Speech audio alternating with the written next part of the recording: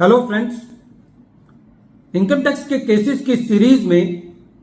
आज जो इशू हम डिस्कस करेंगे वो सेक्शन 11 सबसेक्शन 2 के अंदर जो एसएससी के पास ये अधिकार होता है कि एसएससी यदि अपनी रिसीट्स का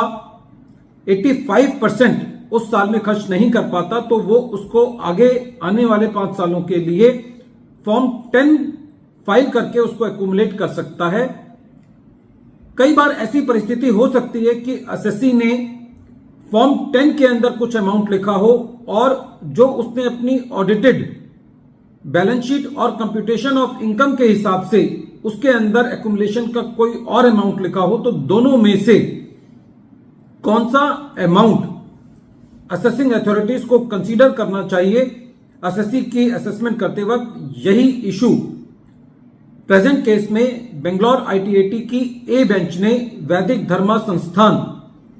versus deputy commissioner of income tax exemptions के केस में डिसाइड किया। यह case 113 ITR tribunal short notes 1 पर रिपोर्ट हुआ। मैटर 18 जून 2024 को डिसाइड किया गया। जैसा कि हम सब जानते हैं कि जो सेक्शन 11, 12, 13 जो कि चैरिटेबल इंस्टीट्यूशन से रिलेटेड सेक्शंस हैं वो काफी डिफरेंट टाइप के सेक्शन है, वो एक डिफरेंट कोड है, क्योंकि इन संस्थाओं पर जो कि सेक्शन 12 के अंदर रजिस्टर्ड होती हैं उनके ऊपर normal provisions of income tax नहीं लगते, उनकी कंप्यूटेशन किसी दूसरे तरीके से की जाती है। तो ये प्रोविजंस एसएससी के लिए समझना, प्रोफेशनल्स के लिए समझना या इवन टैक्स अथॉरिटीज के लिए भी समझना कई बार थोड़ा सा डिफिकल्ट होता है। प्रेजेंट केस में एसएससी एक पब्लिक चैरिटेबल ट्रस्ट है जो कि रिलीजियस और स्पिरिचुअल एजुकेशन को पब्लिक एट लार्ज में एजुकेशन देती है। जो असेसमेंट ईयर 13-14 था, उस असेसमेंट ईयर का एसएससी ने एक फॉर्म 10 फाइल किया जिसके अंदर एसएससी ने ये कहा कि जो टेंटेटिव अमाउंट है एक्यूमुलेशन का वो 4 करोड़ रुपए है। यदि हम असेसमेंट ईयर 13-14 में 5 साल जोड़ें तो असेसमेंट ईयर 18-19 तक एसएससी को यह अमाउंट खर्च करना था। जब असेसमेंट ईयर 18-19 चल रहा था तो उस साल एसएससी ने इस एक्यूमुलेटेड फंड जो कि फॉर्म 10 में था 4 करोड़ रुपए, इसमें से 3.13 करोड़ रुपए खर्च किया। असेसिंग ऑफिसर ने असेसमेंट करते वक्त यह देखा कि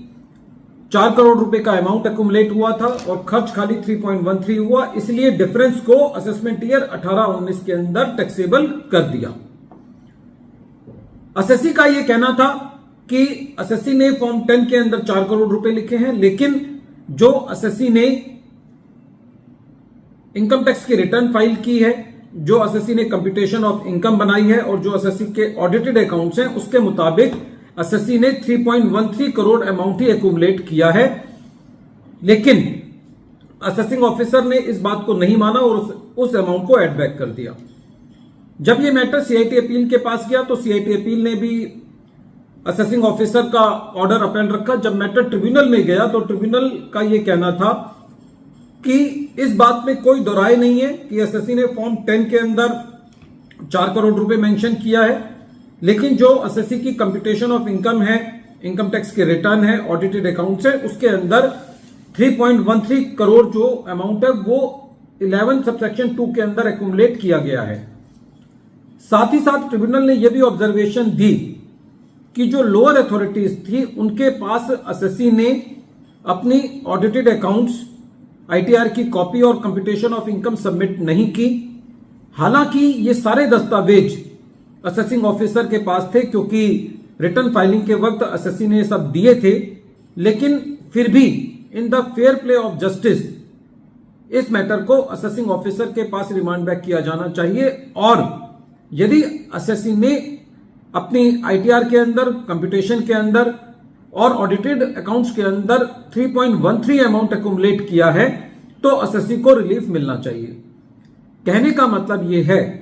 कि जो फॉर्म 10 है वो जनरली ऑडिटेड अकाउंट से पहले फाइल कर दिया जाता है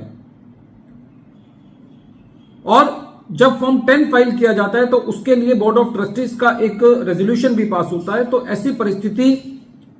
बन सकती है कि हो सकता है कि ऑडिट करते वक्त अमाउंट कम या ज्यादा हो जाए, तो जो ऑडिटेड अकाउंट्स के मुताबिक 11(2) की फिगर है उसको कंसीडर किया जाना चाहिए। दूसरा, इस केस में एक इशू ये इन्वॉल्व था कि जो एसएससी के नॉन कॉर्पस फंड थे वो 42.12 करोड़ थे, लेकिन जो 11 सबसेक्शन 5 की जो स्पेसिफाइड इन्वेस्टमेंट्स हैं उसके अंदर जो अमाउंट इन्वेस्टेड था वो 26.41 करोड़ था। असेसिंग ऑफिसर ने ये कहा कि जो नॉन कॉर्पोरेट फंड का और जो 11 सबसेक्शन 5 का डिफरेंस है वो टैक्सेबल होना चाहिए। लेकिन जब ये मैटर ट्रिब्यूनल ने सुना तो ट्रिब्यूनल ने इसके लिए ये कहा कि जो बाकी का अमाउंट था वो फिक्स्ड एसेट्स में इन्वेस्टेड था, करंट एसेट्स में इन्वेस्टेड था, कैपिटल वर्क इन प्रोग्रेस में इन्वेस्टेड था, इसलिए वो अमाउंट जो है वो ऑलरेडी अप्लाई हो चुका है और ये एसएससी के लिए संभव नहीं है कि वो उस अमाउंट को भी सेक्शन 11 सबसेक्शन 5 में इन्वेस्ट करे। इसलिए जो अमाउंट अप्लाई हो चुका है उसको माइनस करके जो अमाउंट बचा है उसको सेक्शन 11 सबसेक्शन 5 की स्पेसिफाइड सिक्योरिटीज में इन्वेस्ट किया जाना चाहिए, जो कि एसएससी ने किया है। तो मोटे तौर पे प्रेजेंट केस में एसएससी को दोनों इश्यूज पर रिलीफ मिला। वीडियो के अंत में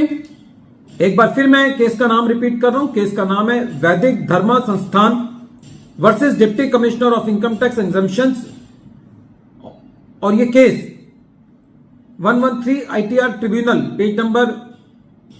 शॉर्ट नोट्स 1 पर रिपोर्ट हुआ और इस केस का जजमेंट 18 जून 2024 को आया।